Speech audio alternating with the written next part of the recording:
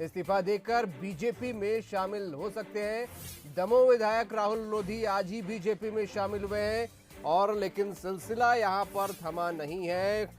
जो सूत्र है, जो कयास लगाए जा रहे हैं, एक और विधायक बुंदेलखंड से इस्तीफा दे सकते हैं, इस्तीफा देकर बीजेपी में शामिल हो सकते हैं। बड़ी खबर अब की, बीजेपी में एक और कांग्रेस विधायक इस्तीफा देकर शामिल हो सकते हैं। दमोह विधायक राहुल लोधी आज ही बीजेपी में शामिल हुए हैं। बीजेपी के ऑपरेशन बुंदेलखंड में मंत्री भूपेंद्र सिंह की अहम भूमिका बताई जा रही है। तो बड़ा झटका कांग्रेस को, और ये झटका शायद अभी थमा नहीं है, और भी कुछ झटके लग सकते हैं जो कयास लगाए जा रहे हैं। एक और विधायक कांग्रेस के बुंदेलखंड के बीजेपी में शामिल हो सकते हैं।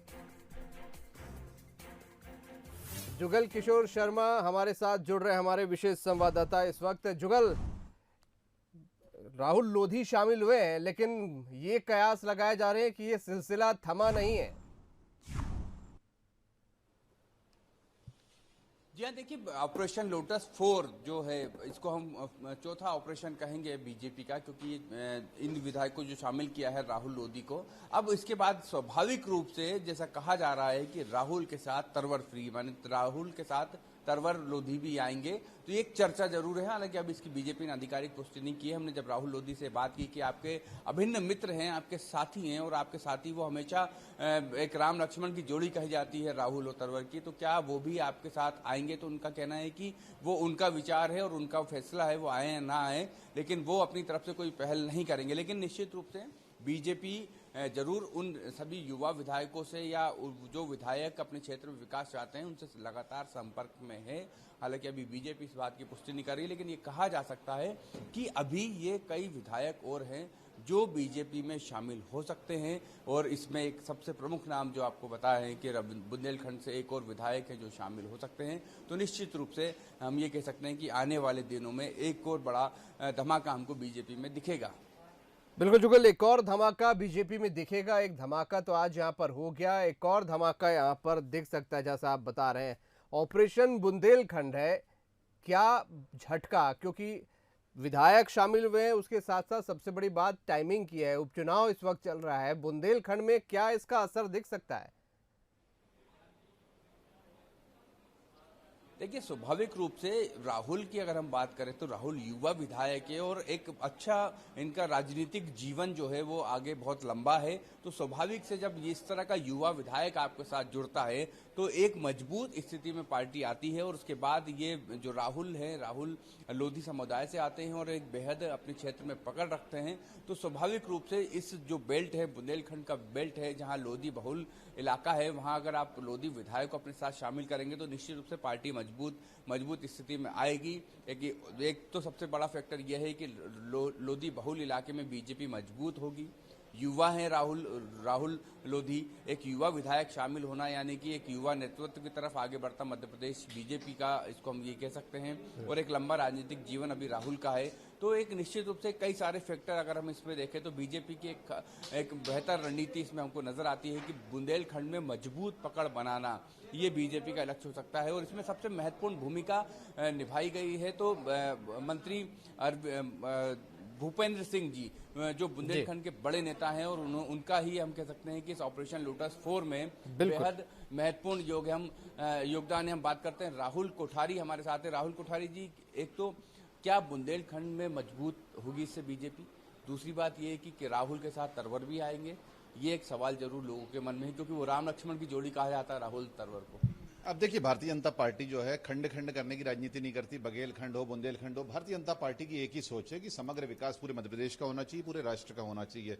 और जिस तरह की सोच राहुल लोधी जी की थी, लगातार वो युवा रूप में विधायक बने, और जिस तरीके से दमन उनका कमलनाथ जी और कांग्रेस पार्टी मिलकर कर रहे थे, उनकी विकास की सोच का दमन कर रहे थे, उसको देखते हुए उन्होंने भारतीय जनता पार्टी का दामन स्वीकार किया है।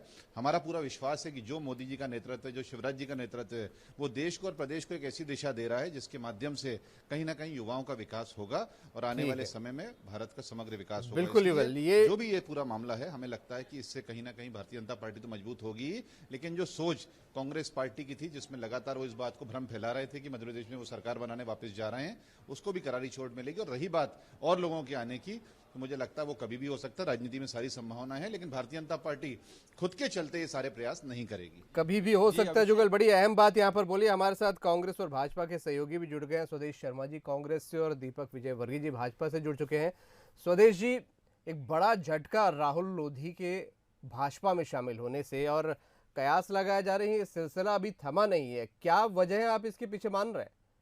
देखिए, आपने देखा, पूरी मीडिया देख रही है इस बात को कि मध्य प्रदेश की 28 सीटों पर चुनाव हो रहा है और 28 सीटों पर इनकी प्रत्याशियों को खदेड़ रही है जनता। और ये जनता भारतीय जनता पार्टी कांग्रेस का चुनाव नहीं है, ये गद्दार, बिकाऊ लाल और जनता के बीच का चुनाव है।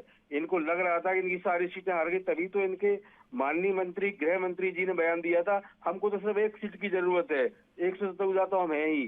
तो इनको ये पता था कि हम एक सीट भी नहीं जीत रहे हैं, इसलिए इन्होंने ये सिलसिला शुरू किया। मुझे तो इस बात का बड़ा अफसोस होता है कि भारतीय जनता पार्टी, जो अपने आप को संस्कारवान और विश्व की सबसे बड़ी पार्टी होने का दम भरती है, ऐसी पार्टी को आज भी खरीद फरोख्त करने की जरूरत पड़ गई। जब देख रहे हैं कि आप मुख्यमंत्री हो, आपको क्या जरूरत पड़ी थी। लेकिन मैं यह बता देना चाहता हूँ कांग्रेस के विधायक चले जा रहे हैं, क्या आप मान रहे हैं जिन्होंने अपने आप अगर आरोप लगा रहे हैं कि वो खरीद फरोख्त हो रही है, तो आपके विधायक क्यों बिक जा रहे हैं? ये भी एक बड़ी चिंता की बात है। और राहुल लोधी मेरे सामने खड़े होकर के बोल रहे थे कि भारतीय जनता पार्टी मुझे 50 करोड़ में खरीदने का ऑफर दे रही है। तो बाहर राहुल स्वदेश जी अब बिकने की बात बोल रहे हैं, तो क्या वजह है कांग्रेस विधायक छोड़कर जा रहे हैं? क्या आप मान रहे हैं कि कांग्रेस के विधायक बिक रहे हैं? 28 सीटों पर चुनाव लड़ रहे थे, 29 स्वदेश जी, लेकिन माननीय मुख्यमंत्री शिवराज सिंह जी, आप स्वदेश जी लगता है हमारी बात नहीं सुन पा रहे हैं अभी। साक्षी बनेगा इस बात का। तो दीपक विजयवर्गीय जी हमारे साथ बने हुए। दीपक जी, बड़ा आरोप यहाँ पर है और की ऑपरेशन चला रही है बीजेपी, खरीद फरोख्त कर रही है और ये सिलसिला थमा नहीं है।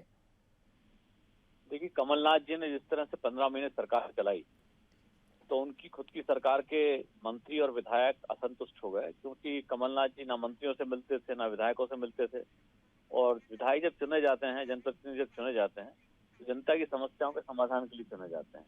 अब जब वो जनता की समस्याओं का समाधान ही नहीं कर पाएंगे, तो ऐसी पार्टी में रहने का और ऐसी सरकार का रहने का कोई औचित्य नहीं था।